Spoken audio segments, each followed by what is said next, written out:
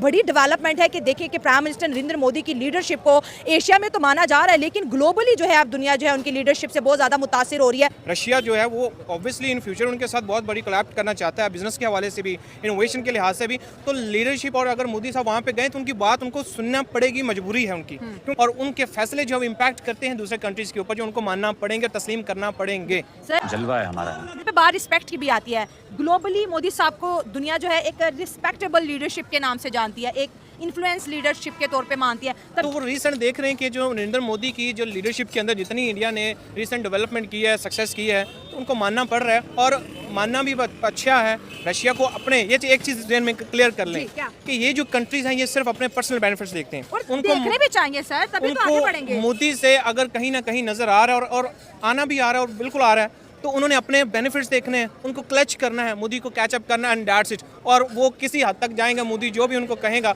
वो तो मोदी बाप जी भी कहने के लिए रेडी हो जाएंगे। ये आगे आने वाले बाप भी कहेंगे यूरोप ये आगे आने वाले वक्त के अंदर उनको करना पड़ेगा फ्रेंड। समझ रहे हो?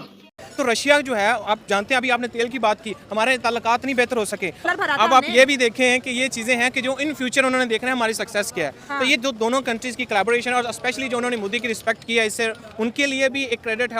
और all together once again as a Pakistani, without every respective, किसी भी हर तरह से चीज़ को बलाई ताक रखते हुए, जो मोदी की लीडरशिप की है वो काबिल तारीफ़ है, उनकी तारीफ़ बनती है। And where he is heading towards दुनिया को नज़र आ रहा है। मैं तो यहाँ पर खड़ा पाकिस्तान में ये कह सकता हूँ, I can predict that no doubt India can be super power after US. अगर ठीक है, समझिए, चाइना की बात नहीं मानी गई, ठीक है जी, आप देख लें और कंट्रीज के बीच बैठे थे ना, किसी की नहीं मानी। अगर मोदी की मानी, दैट समथिंग के पीछे कुछ ना कुछ है, and they are planning something very big, and I think Pakistan should think about this कि कुछ होने जा रहा है। बात तो सही है।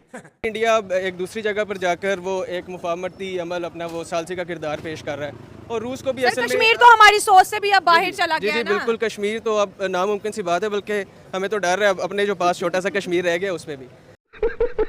और दूसरा ये भी एक, रूस को भी अपने ना बैकफुट पे आने के लिए कोई एक स्ट्रॉन्ग स्टांस चाहिए था, और उसका इंडिया के साथ बहुत अच्छा एक तजारती वो ताल्लुक है।